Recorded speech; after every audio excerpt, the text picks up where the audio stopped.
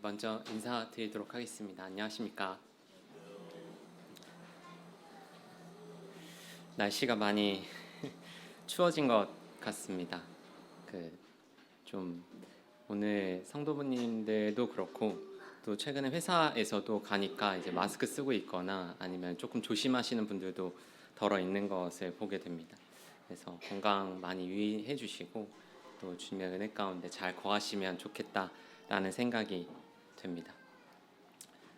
오늘은 뭔가 성도님들이 빈자리가 또 있는 것 같아요. 그래서 또 각처에서 또 주님의 은혜를 잘 받으시면 좋겠다라는 생각들이 듭니다. 오늘 말씀 주제는 다 이루신 예수 그리스도입니다. 다 이루신 예수 그리스도. 네, 그래서 함께 요한복음 19장 말씀을 같이 펴보시면 감사하겠습니다. 요한복음 19장 말씀입니다. 오늘 만찬 예식 시간 때도 또 제가 이제 말씀을 보면서 또 주님이 참 다 이루셨지, 우리의 죄를 위해서 다 이루신 그분이 예수 그리스도이시지라는 생각이 들면서 그런 묵상 가운데 또 성령님의 인도하심을 구하는 그런 말씀이었는데요. 요한복음 19장 30절 말씀입니다. 요한복음 19장 30절 말씀 제가 읽도록 하겠습니다. 예수께서 신 포도주를 받으신 후 가라사대 다 이루었다 하시고 머리를 숙이시고 영원히 돌아가시니라. 네, 요한복음 19장 30절 말씀을 읽었습니다. 다 이루었다라는 놀라운 말씀이 오늘 펴졌고 또 증거되었고 또 말씀에 또 감동이 된 부분이 있었습니다.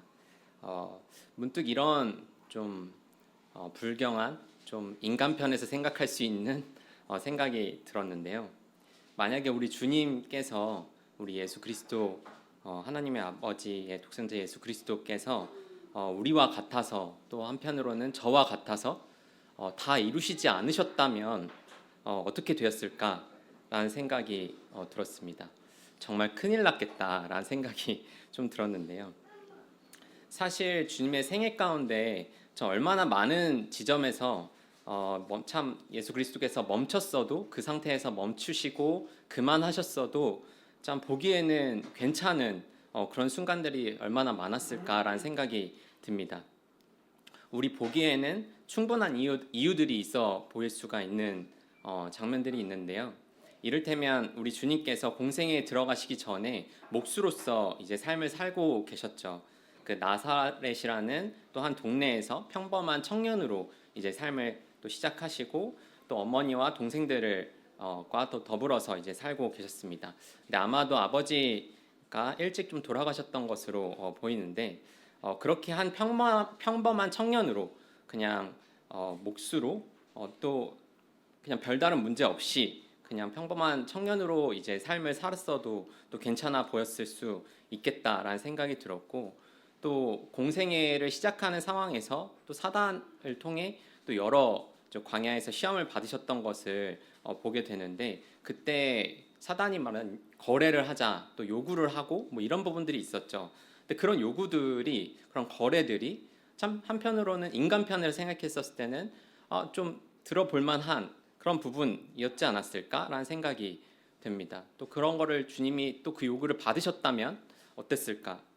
또 얼마든지 우리 보기에는 그러지 않았나라는 생각들이 있었습니다. 그런 조건들이 뭐 그렇게 나쁘지 않은 조건들이었는데 라는 생각을 들 수가 있는데요. 그리고 또 만약에 우리 주님께서 오병이어의 기적을 통해 또 많은 백성들을 먹이셨죠.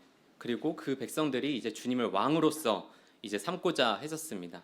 또 그때 만약 멈추셨더라면 또 예루살렘에 또 들어오셔서 많은 사람들이 주님을 환호하고 또 영광스러운 주님이시다라고 환영하고 이제 지켜 세우는 부분들이 있었는데요. 또 그때 주님이 멈추셨다라면 그리고 만약에 가장 중요한 그 순간 겟세마네에서 우리 주님께서 극심한 고통과 그 슬픔 가운데서 또 거기서 그대로 멈추셨다라면 어땠을까라는 생각이 있었습니다.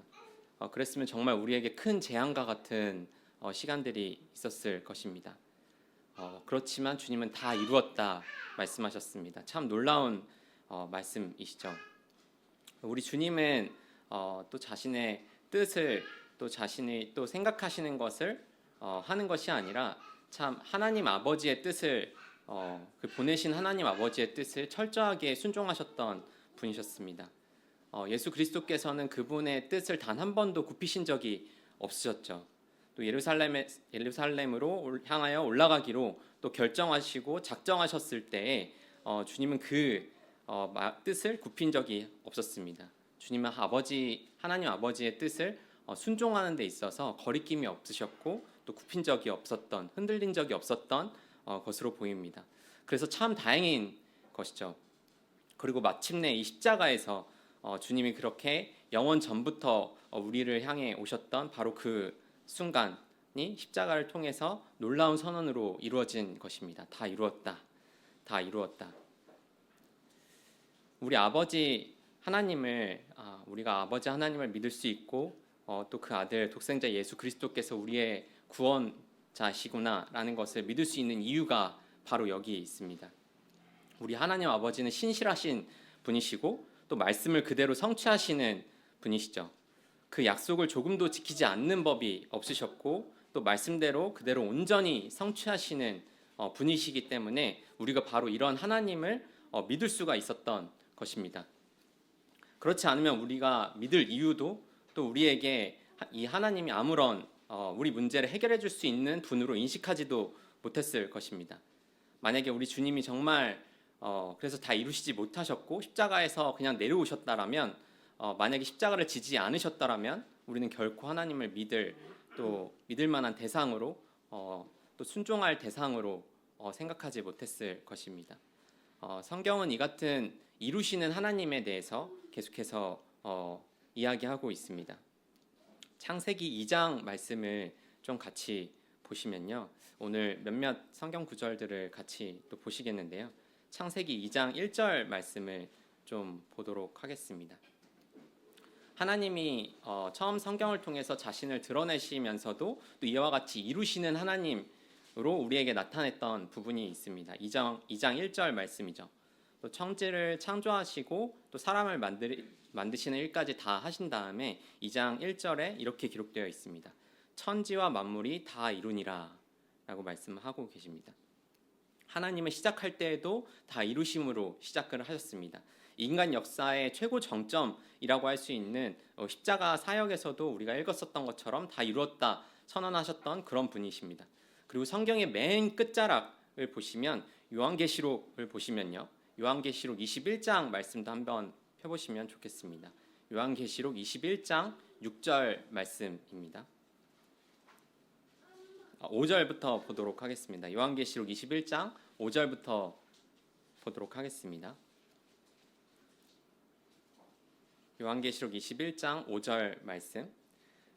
보좌에 앉으신 이가 가라사대 보라 내가 만물을 새롭게 하노라 하시고 또 가라사대 이 말은 신실하고 참되니 기록하라 하시고 또 내가 내게 말씀하시되 이루었도다. 나는 알파와 오메가요 처음과 나중이라. 내가 생명수 샘물로 목마른 자에게 값없이 주리니. 이 성경 마지막 책에서도 또 이 영원 세계를 향하고 있는 바로 그 지점에서도 우리 주님은 다 이루었다, 다 이루었도다 라고 말씀을 하십니다. 이 말은 참 신실하고 참되다, 이루었다 이렇게 말씀하신 말씀이 이제 선언되는 게 창세기에서도 있었고 요한계시록에서도 있었죠. 또 그 말씀에서 어떻게 이야기하고 계십니까? 우리 주님이 자신을 가리켜서 나는 알파와 오메가, 처음과 나중이라고 이야기하시고 또 하나님, 우리 주님은 처음이 되시면서 완성이 되시는 분, 믿음의 창시자이시면서 믿음의 완성자가 되시는 그런 분입니다. 우리 알파와 오메가, 또 그 히브리 알파벳의 처음과 맨 처음 글자와 맨 끝 글자가 된 것인데요. 이처럼 모든 이야기로 된 언어들의 좀 시작과 또 끝, 인간 역사의 처음 시작과 끝을 또 주님이 하고 계시는, 또 근원이 되시고 목적이 되시는 이런 분이 바로 우리 하나님 아버지이십니다. 참 다행입니다. 주님이 우리와 같지 않고 또 저와 같지 않은 약속을 성취하시고 끝까지 이루었다 말씀하시는 분이라서 얼마나 다행인지 모릅니다. 저는 얼마나 중도에 많은 포기를 하는지 참 모르겠습니다. 많은 성도님들이 또 이제 좋은 마음을 품고 저를 좋게 바라봐 주시는 부분들이 또 있을 때가 있는데요. 또 한편으로는 이제 저를 조금 더 잘 아시는 분들은 형제는 참 생각이 많아, 막 이렇게 약간 이런 생각들, 이런 말들도 좀 하시기도 하고 좀 믿음으로 한 걸음 더 나아갔으면 어떨까, 뭐 이런 부분도 이야기를 합니다. 참 시작은 거창하게 시작을 하는 것 같아요. 또 1년을 이제 시작하고 지금 1월인데 우리가 많은 계획들을 세우잖아요. 그리고 정말 그 계획을 또 잘 세우시는 분들이 있습니다. 그리고 또 여기 학생분들도 많이 계신데 중간고사, 기말고사 이렇게 앞에 두면은 이제 또 공부 계획을 세우잖아요. 저도 왕년에는 이런 중간고사, 기말고사를 볼 때는 이제 제가 적어놓은 그 스터디 플랜, 공부 계획 이런 것들을 봤었을 때 그걸 딱 보면 다 이루었다 할 정도로 이제 계획은 잘 세우는 부분이 있었습니다. 근데 또 대부분 이제 좀 특별한 분들이 아니고서는 그 계획한 것을 다 온전히 이제 이루는 것이 좀 쉽지 않은 것 같습니다. 제가 좀 그런 부분들이 있었는데요.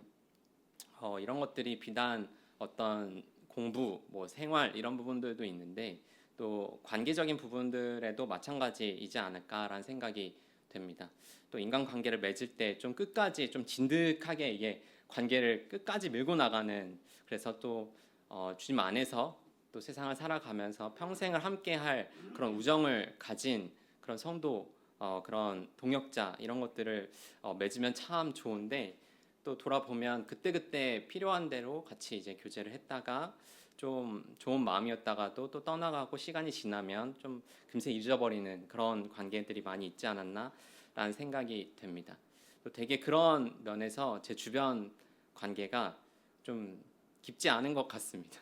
가끔씩 연락을 하면 이제 되게 깊게 반갑게 이야기를 하는데 그거를 좀 일상에서 계속 이렇게 가져가는 게 쉽지가 않은 것 같습니다. 또 많은 사람들이 또 그런 부분들이 있을지는 모르겠지만 저는 제 편에서 좀 그런 노력이 더 필요하지 않나라는 생각이 듭니다. 실제로 오랜만에 이제 좀 연락이 되는 형제님들의 좀 같이 예전에 교제 많이 했던 형제님들을 보면은 형제님들뿐만 아니라 이제 세상에 있는 부분들을 보면은 첫 번째 인사부터 이제 별로 좋지 않은 얘기가 나오는데 너는 내가 먼저 연락 안 하면 넌 연락을 안 한다. 뭐 이렇게 이런 말들을 하고 있습니다. 좀 개인적으로 그런 게 좀 부끄러운 부분이 있고 또 최근에도 제 어떤 연약 때문에 새로운 어떤 시작 아니면 그런 관계의 지속 이런 것들을 조금 주저했던 좀 연약했던 시간들이 있어서 많이 반성이 되고 또 돌아보게 되는 것 같습니다. 그래서 좀 마음이 무거운 부분도 있는데요. 그래서 일을 이제 사람 편에서 하게 되면 어떤 일을 진득하게 끝까지 이루는 게 좀 쉽지 않은 것 같습니다. 또 중간에 멈추기를 잘하는 부분들이 있죠. 근데 만약에 우리 주님께서 저와 같은 그런 사람의 연약을 가지고 가셨던 분이었다면 우리는 주님을 바라볼 때 아무런 소망도 또 기대도 할 수 없는 정말 주님을 의지할 수 있는 분으로 인식할 수 없는 그런 비참한 상태에 있었을 것이라고 생각이 됩니다. 성경에는 우리와 비슷한 사람들이 많이 등장을 하는데요. 예를 들면 신명기 1장 말씀을 좀 보시도록 하겠습니다. 신명기 1장 말씀을 같이 보도록 하겠습니다. 우리 하나님 아버지는 이처럼 끝까지 이루시는 분, 또 완전히 성취하시는 분, 또 사람을 사랑하시되 끝까지 죽기까지 사랑하셨던 그런 분이신데 또 십자가에서 마지막 그 호흡이 다 다다르는 그 끝에서까지도 우리를 생각하시고 우리를 기억하시고 우리를 구원을 위해서 또 주님께 영광을 드리는 순종하시던 분이셨습니다. 근데 하나님의 자녀 또 하나님의 백성이라고 하는 우리들은 또 중도에 포기하는 습성 또 그리고 중간에 안주하는 습성을 많이 가진 것 같습니다. 신명기 1장 6절 말씀을 좀 보도록 하겠습니다. 6절부터 말씀을 좀 보시면 우리 하나님 여호와께서 호렙산에서 우리에게 말씀하여 이르시기를 너희가 이 산에 거주한 지 오래니 방향을 돌려 행진하여 아모리 족속의 산지로 가고 그 근방 곳곳으로 가고 아라바와 산지와 평지와 네겝과 해변과 가나안 족속의 땅과 레바논과 큰 강 유브라데까지 가라. 내가 너희의 조상 아브라함과 이삭과 야곱에게 맹세하여 그들과 그들의 후손에게 주리라 한 이 땅이 너희 앞에 있으니 들어가서 그 땅을 차지할지니라. 우리가 잘 아는 내용이 되는데요. 하나님께서 이스라엘 백성들을 애굽에서 나오게 한 그 이유는 그들로 출애굽의 목적지인 약속의 땅으로 가게끔 하는 부분이 있었습니다. 아브라함과 이삭과 야곱에게 맹세하셔서 얻겠다고 하셨던 그 약속의 땅, 가나안 땅이 이스라엘 백성들이 가야 할 최종 목적지였습니다. 저기 지금 이 백성들이 호렙산, 시내산에 지금 머물고 있다고 성경에서는 보이고 있습니다.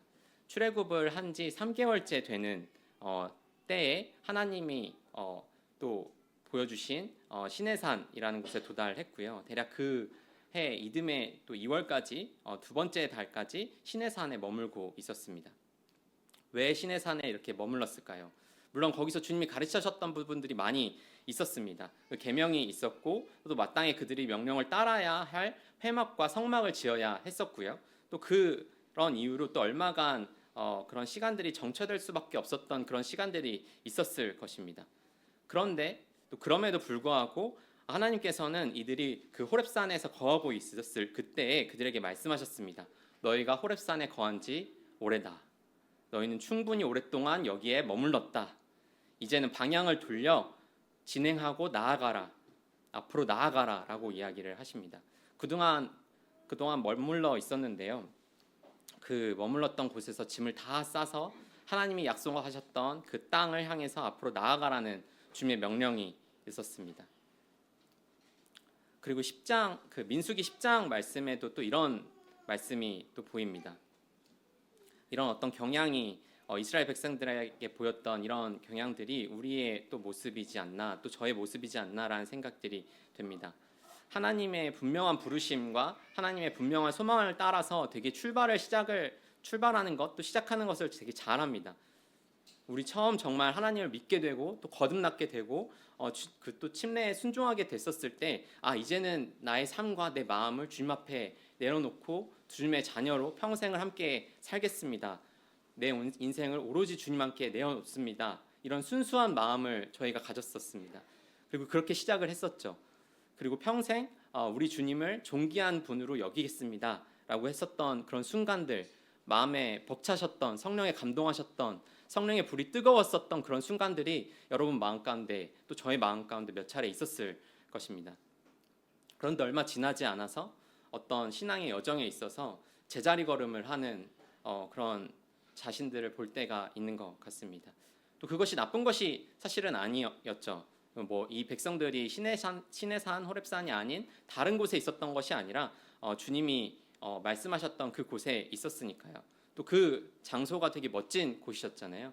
또 그 계명을 받았던 친히 주셨던 그리고 그 하나님이 보여주셨던 그런 푸른 하늘과 또 베푸신 상을 또 이제 볼 수 있었던 귀한 곳이었습니다.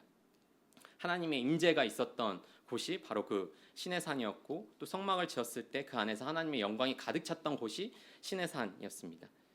놀라운 장면이 또 놀라운 순간들이었습니다. 어쩌면 그들은 그래서 마치 여기가 하나님이 약속하신 땅이 아닌가라고 생각했을지도 모르는 그런 만족감이 있었을지 모릅니다. 또 얼마나 놀라운 순간들이었을지 또 주님을 직접 경험하고 만났던 순간들이 좀 놀랍잖아요.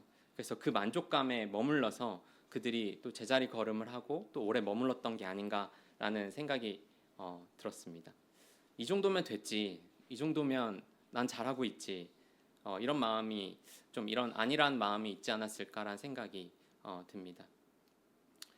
이 얼마간 또 수년간의 주님의 하나님과의 교제가 또 그렇게 진전이 없었던 부분을 또 스스로가 알고 있는데 하나님을 향해서 또 나아가야 하는 또 믿음의 여정을 또 가야 하는 걸 알면서도 그런데 나 지금 이 정도면은 잘하고 있지 않나?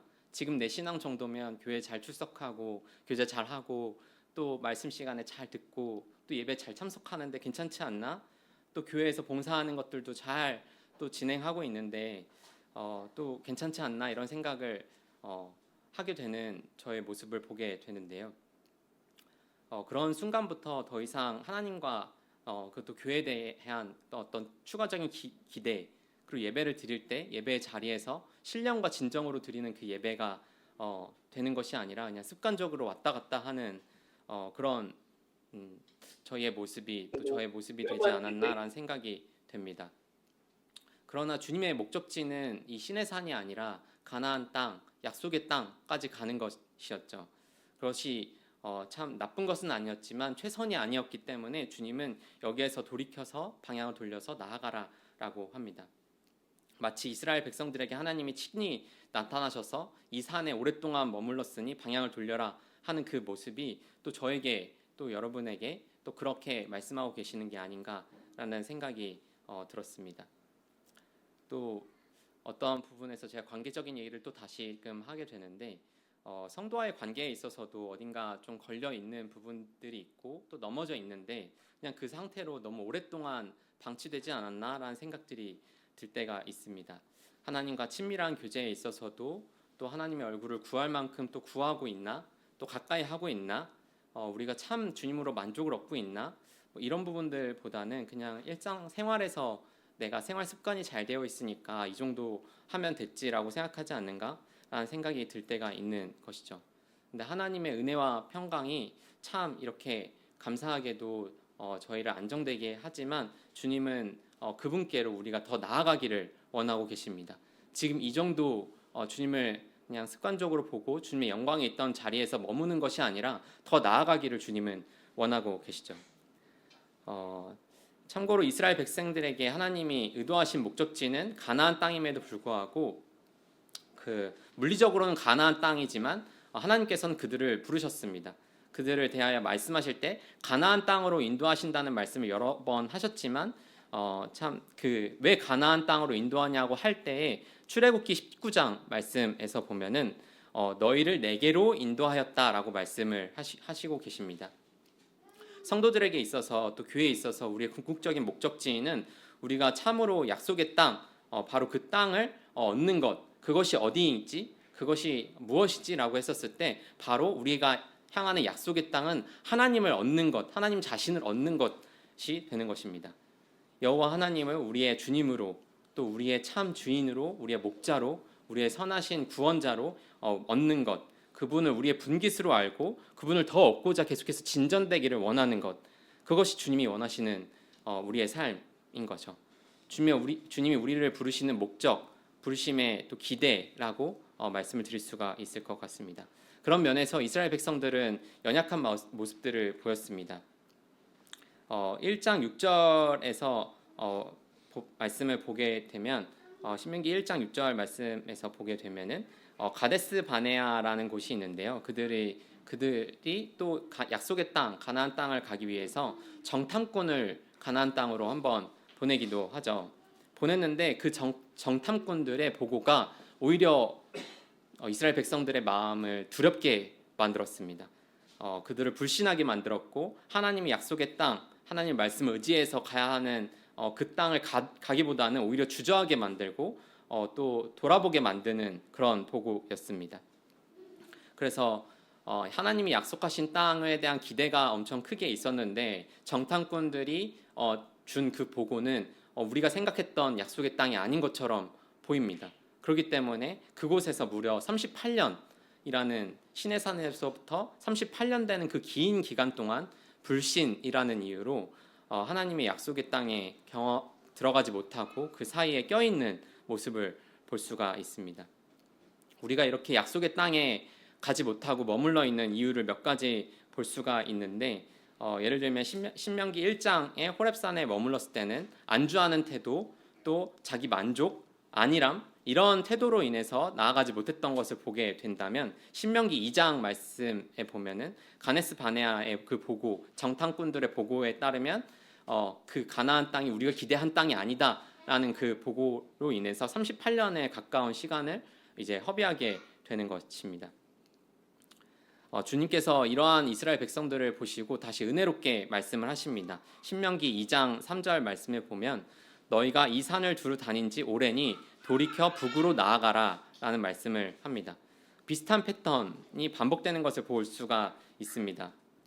한번 그들을 안주하는 태도를 때문에 나아가지 못했고 그 다음에 하나님께서 말씀하셔서 나아가라고 하셨다면요, 두 번째 경우에는 불신이라는 그 마음 때문에 하나님의 약속의 땅에 나아가지 못하고 있었습니다. 그래서 이 백성들에게 주님이 친히 말씀하셔서 너희가 이 산을 두루 행한 지 오래니, 시내산 주둔지에서 또 아래쪽으로 요단 동편까지 계속해서 왔다 갔다 하는 그런 시간들을 계속 보냈었습니다. 하나님의 약속의 땅, 하나님을 소유하지 못하는 그런 백성들이 있었던 것이죠. 그때 하나님이 말씀하신 것입니다. 이런 앞으로 나아가라고 말씀을 하신 거죠. 이런 비슷한 일이 이스라엘 백성들이 성전을 재건할 때도 비슷하게 있었습니다. 시작은 참 잘합니다. 기초를 잘 놓았는데 주변 백성들의 그런 반대가 일어납니다. 어떤 시작을 계속해서 기초를 쌓고 있는데 주변에 백성들이 반대에 부릅쓰고 또 안 좋은 말들이 일어나니까 주님을 믿고 주님의 말씀을 믿고 따라가기보다는 집안 사람들 또 권세자들의 말을 더 듣고 또 마음이 무너져서 그대로 중단하고 또 15년, 16년에 대한 허송 세월을 보내게 됩니다. 그때 그들의 핑계가 이런 것이었죠. 아직 하나님의 전을 건축할 때가 이르지 않았다. 또 저의 핑계도 되지 않았나라는 생각들도 많이 해보게 되면서 반성이 됩니다. 성전을 재건하라는 하나님의 명령이 있었음에도 불구하고 주변 사람들의 반대, 주변 사람들의 반응, 이것들이 참 좋지 못하니 그 마음이 무너져서 하나님의 약속이 있음에도 불구하고 더 이상 성전을 건축하지 못하는 그런 경우를 보게 됩니다. 우리가 이와 같은 시간들을 많이 보내지 않나라는 생각을 합니다. 하나님의 약속 그 언저리에서 아주 멀리 떨어져 있지도 않고 그렇다고 그 약속을 성취하지도 못하는, 지금 이미 애굽을 나와 있는데 그리고 가나안 땅 그 언저리에 있는데도 불구하고 계속 그 어간에서 시내산에서 시간을 보내는, 중간에 껴있는 그런 상태. 하나님은 한 걸음 더 나아가라고 이야기하시고 한 걸음 더 가까이 오기를 주님은 원하시고 계시는데 우리가 어느새 스스로에게 우리 스스로 선을 그어놓고 그 이상 갈 수 없다, 이런 때다, 주변 사람들이 동의를 하지 않으니까요, 또 아직은 그 때가 이르지 않았습니다 라고 스스로가 정하고 넘지 못하고 있는 게 아닌가라는 생각이 듭니다. 반면에 이런 연약한 부분들이 있었다면 또 이스라엘 백성 중에서 또 약속을 성취한 사람들도 또 있었습니다. 우리가 잘 아는 이처럼 갈렙이라는 사람이 있었는데 하나님의 약속의 땅에 들어갔던 사람이었습니다. 비록 이스라엘 백성들이 약속의 땅을 들어가지 못했다 할지라도 계속해서 이 백성들을, 또 하나님의 백성들을 약속의 땅으로 인도하려 했던 모세도 있었습니다. 그들의 특징이 뭐였을까요? 하나님의 약속의 땅을 성취한 사람들의 특징, 그게 무엇이었을까요? 이 길을, 주님이 약속하신 길을 어떠한 상황이 있든 간에 끝까지 밀고 나갔던 그 충성스러운 사람들,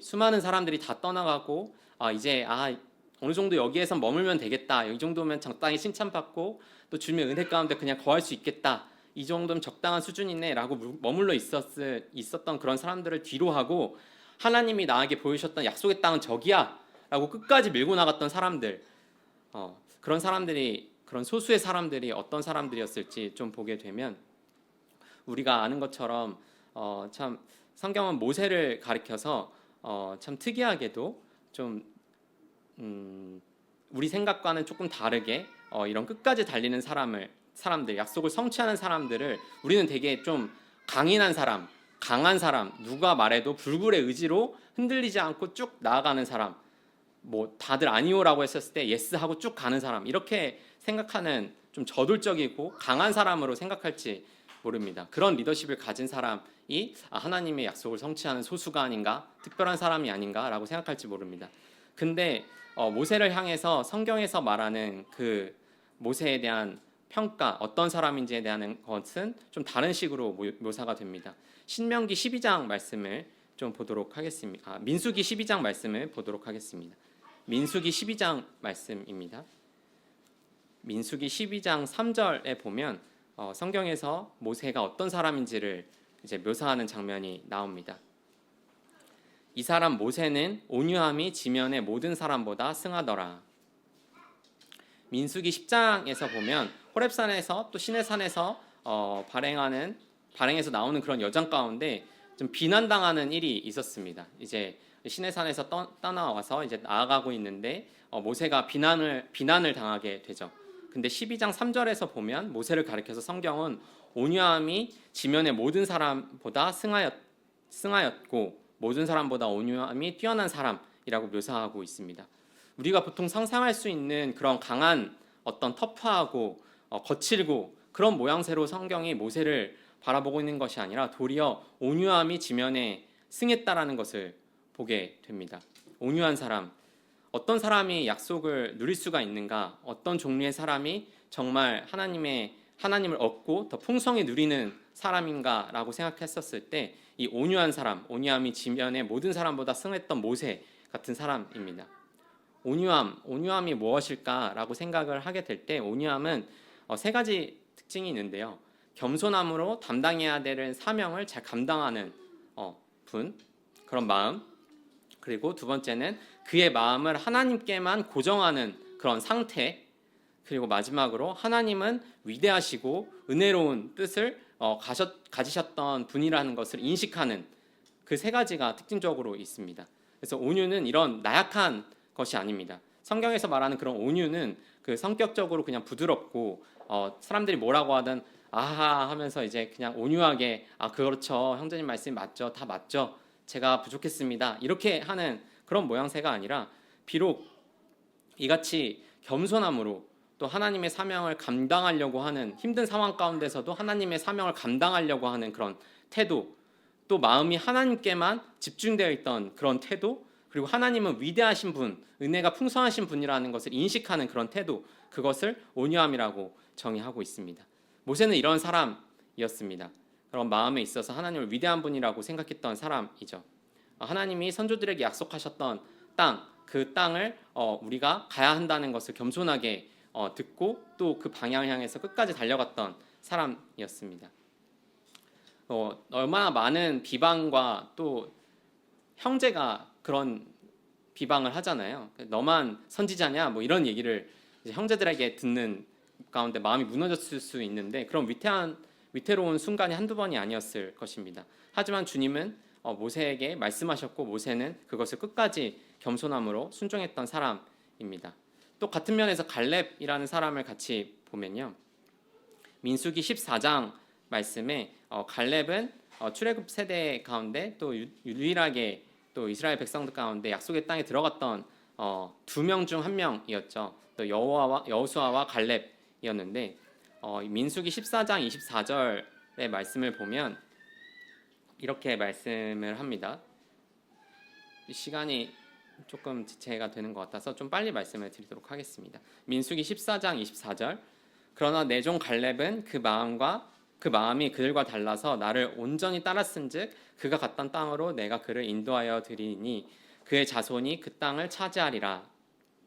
이 갈렙을 향하여 성경에서 온유함이라는 단어를 사용하지는 않았지만 그를 묘사할 때 그 마음이 그들과 달라서 나를 온전히 쫓았다라고 이야기를 합니다. 그의 마음이 하나님께로만 고정된 상태라는 것을 볼 수가 있는데 자기를 돌아보지 않고 또 주변 사람들을 돌아보지 않고 오직 하나님의 뜻을 행하기 위해서 끝까지 달려갔던, 하나님께 고정되어 있던 것을 볼 수가 있습니다. 하나님이 약속하신 것, 내가 그들에게 인도하여 드리니 그 자손이 그 땅을 차지하리라 라고 했던 그 약속의 땅을 위해서 끝까지 달려갔던 갈렙이었습니다. 마태복음 5장 말씀에서는 온유한 자가 복이 있나니 저희가 땅을 기업으로 얻을 것이다 라는 말씀이 있습니다. 이 말씀을 빗대어 보게 될 때 갈렙은 또 한편으로는 주님의 땅을 얻는, 또 기업을 얻는 온유한 사람이었습니다. 온유한 사람만이 이 기업을, 약속하신 땅을 소유할 수가 있는 것입니다. 그래서 하나님은 마음이 온유한 자가 복이 있나니 저가 기업을 땅으로 얻을 것이다 라고 했었고, 그게 갈렙이라는 사람이었죠. 갈렙은 그런 사람이었습니다. 그리고 마지막으로 또 어떤 분을 생각할 수 있는지 보게 될 때 우리 주님 예수 그리스도 역시 끝까지 이루신 것을 볼 수가 있습니다. 이런 면에서 좋은 본, 가장 귀한 본이 되셨던 것인데, 우리 주님은 수고하고 무거운 짐진 자들아 다 내게로 오라 라고 말씀하시고, 내가 너희를 쉬게 하겠다, 나는 마음이 온유하고 겸손하니 내게 와서 내게 배우라 라고 말씀하셨습니다. 우리 주님의 온유함은 물론 사람처럼 이렇게 사람들에게 보여지는 그런 부분들 있었던 것도 있지만, 또 한편으로는 하나님 아버지의 말씀을, 하나님 아버지의 뜻을 끝까지 순종하셨던 것을 보게 됩니다. 자기의 생각, 내 어떤 기준 이런 것들을 내세우지 않고 빌립보서 2장에 보시면 또 죽기까지 순종하신, 종과 같이 순종하신 것을 보게 되는데요. 하나님 아버지의 뜻에만 온전히 순종하신 그런 예수 그리스도, 또 갈렙, 그런 것들이 우리에게 좋은 본이 되는 것 같습니다. 우리 주님이 이러한 온유함은 또 멈추시고 싶으셨던 여러 순간들을 다 뒤로하고 또 계속해서 앞으로 나아가셨던, 또 그분의 한 걸음 한 걸음이 있지 않았다면 참 우리는 구원을 받고 또 이 주님의 영광에 참여하지 못했을 것입니다. 그리고 우리의 주님의 그런 온유함, 우리 주님의 순종은 참 귀하다라고 더 생각할 수 있는 것은, 누가 자기 목숨을, 너의 목숨을 내놔라 라고 떠밀어서 갔던 것이 아닙니다. 능동적으로 또 적극적으로 주님은 우리를 구원하시기 위해 자기의 생명을 내어주시려고 적극적인 태도를 취하셨죠. 누가 목숨을 빼앗은 것이 아니라 자기 목숨을 스스로 내어놓으시는 그런 사랑을 보이셨습니다. 이런 온유함을 보이신 예수 그리스도, 그분은 정말 강인하셨고 또 약속을 성취하시는 분이십니다. 또 승천하실 때가 다가왔었을 때 예루살렘을 향하여 그 발걸음을 멈추지 않으시고 굳은 결심으로 끝까지 입성하시고 십자가를 지셨습니다. 주님은 뒤를 돌아보지 않고 계속해서 앞만 보고 가셨던 분이셨습니다. 이런 주님을 따르는 많은 사람들에게 주님은 손에 쟁기를 잡고 뒤로 돌아보는 자는 내게 합당하지 않다라고 말씀을 하십니다. 돌아보는 마음, 또 뒤돌아보는 그런 마음들이 참 주님을 따라가는 데 있어서 많은 장애 요소가 되지 않나라는 생각이 됩니다. 그리고 온유한 자가 그 기업을, 그 땅을 차지하는 것은 오늘날 우리에게도 그 하나님, 우리 주님, 그분 자신을 얻는 것과 같은 부분입니다. 그래서 우리가 계속해서 안주하지 않고 또 어떤 두려움, 우리가 생각했던, 우리 기대와 달랐던 결과물이더라도 끝까지 나아가는, 주님의 약속하신 것이라면 끝까지 나아가는 그런 것들이 우리에게 필요한데, 이스라엘 백성들은 이 수많은 시간을 광야에서 끼인 상태로 있었습니다. 애굽도 아니었고 약속의 땅도 아니고 가장 불안한 또 불행한 그런 상태에 머물고 있는 것이죠. 어떤 문이 있다면 그 안으로, 그 문 안에 들어가거나 아니면 나오거나 둘 중에 하나면 되는데, 몸은 들어가 있고 머리는 나와 있고 뭐 약간 기괴한 그런 마음 가운데 있었던 모습이지 않았을까라는 생각이 됩니다. 그것을 주님은 그런 삶을 이스라엘 백성들에게 원하셨던 것이 아니죠. 그런 삶을 저에게 원하셨던 것이 아니었을 겁니다. 우리는 주님이 바라보시는 그 삶을, 또 생명을 충만하게 하시고 더 충만하게 얻게 하시는 그런 삶을 위해서 주님은 나아가라고 계속해서 말씀하고 계십니다. 여기 계신 분들, 또 저를 포함해서 저부터 또 이제 생각해 보게 되면, 최근 1년간 또 몇 개월간 주님과의 관계는 어떠셨습니까? 주님이 약속하셨던 것들, 믿음으로 우리에게 말씀으로 주셨던 그런 믿음의 소망들, 그런 말씀들, 그것들을 잘 지키고 있는가? 또 한편으로는 그 길을 가다가 어떤 안주하는 마음, 그리고 내가 생각했던 결과가 아닌 것처럼 보이는 그런 마음 때문에 주저하지 않았나? 이런 생각들이 듭니다. 그런 안일한 마음이 들게 하는 것이 참 진실로 주님의 얼굴을 구하고 주님을 얻는 것까지 나아가는 것이 아니라, 그냥 내 행위로 나는 말씀을 잘 보고 있지, 난 매일 큐티를 하고 있지, 난 이런 봉사를 하고 있지 해서 머물고 있지 않나? 라는 생각이 됩니다. 그런 광야와 같은 그런 때에서 열매를 맺기를 원하시는 주님이 있지만 또 그 열매를 맺지 못하고 있는 그런 상황이 있지 않나라는 게, 이런 질문들이 저에게 참 무겁게 다가오는 것 같습니다. 참 교회가 참 이런 부분에서 개인들의 모임으로 저희가 모이잖아요. 그래서 교회의 수준은 우리의 한 개인, 그리고 한 분 한 분 저 자신이 모여서 그 개개인의 수준에 따라서 달려 있는 것 같습니다. 내가 그분을 충분히 얻지 못했다면은 우리 교회도 주님을 충분히 얻지 못할 수 있습니다. 나 때문에 또 그런 부분들이 있지 않나라는 생각이 있게 되면서, 우리 교회가 또 내가 주님의 장성한 분량까지 나아가기 위해서는 주님이 나아가라고 하실 때 나아갈 수 있어야겠구나라는 마음이 들게 됩니다. 또 20세기 초에 어떤 한 선교사가 이제 자국을 떠나서 타국으로 이제 선교를 나아가는 어떤 때가 있었습니다. 배를 타고 이제 선교를 나아가는, 이제 막 인사를 하는 그때에 마지막으로 이 자국에 있던 성도님들에게 인사를 하며 또 어떤 인사말을 건네야 될까, 이런 생각을 했었는데 주님께서 한 말씀을 주셔서 이렇게 얘기했다고 합니다. 우리 앞으로 더 완전히 나아갑시다. 완전한 곳으로 나아갑시다 라고 이야기했다고 합니다. 히브리서 6장 2절 말씀을 또 보게 되는데, 우리가 추구하는 그곳이 또 완전한 곳, 선교지를 넘어서, 그 타국에 있는 선교지를 넘어서 그 너머에 있는 주님을 얻는 것까지 앞으로 계속 나아갑시다 라는 의미로 또 받아들이게 되는데요. 그분을 향해서 계속 나아가는 것, 그분을 얻는 것, 그분을 얻는 일에 더 갈급해하고 더 배고파하고 또 가난한 심령으로 주님이 나에게 은혜 베풀어 주시기를 더 구하는 것. 심령이 가난한 자가 복이 있나니 천국이 저의 것이다 라는 말씀이 있습니다. 천국, 하나님의 나라, 하나님의 임재, 하나님의 통치, 하나님과의 그 동행, 여호와 하나님과의 그 친밀함, 그것을 누리기 갈급하는 것, 그것이 참 우리에게 필요하지 않나, 저에게 필요하지 않나라는 생각이 됩니다. 보통 등산을 하다 보면, 저도 등산을 자주 하진 않는데 등산을 하다가 힘들 때가 있잖아요. 근데 힘들다고 해서 그 중간 지점에서 너무 오래 쉬어버리면 더 이상 올라가기가 힘들고 오히려 내려가려고 한다고 하더라고요. 그래서 잠깐 쉬고 좀 회복됐으면 다시 일어나서 걸어야 되는데, 올라가야 되는데 오히려 그 상태에서 오래 쉬어버리면 또 정상까지 가기 힘든 그런 것들이 있지 않나라는 생각이 됩니다. 또 일단은 이 말씀이 저부터 또 내가 그 지점, 어느 지점에 그냥 머물러 있지 않나라는 생각이 들고, 또 여기 계신 성도님들도 저보다 훨씬 잘하고 계시겠지만 주님께 나아가는 길에 내가 어느 한 지점에 머물고 있지 않나라는 생각이 또 돌이켜보는 시간이 되면 좋겠다라는 생각이 됩니다. 또 마지막으로 시편 84편 말씀을 보고 또 말씀을 마무리하면 좋겠다라는 생각이 됩니다.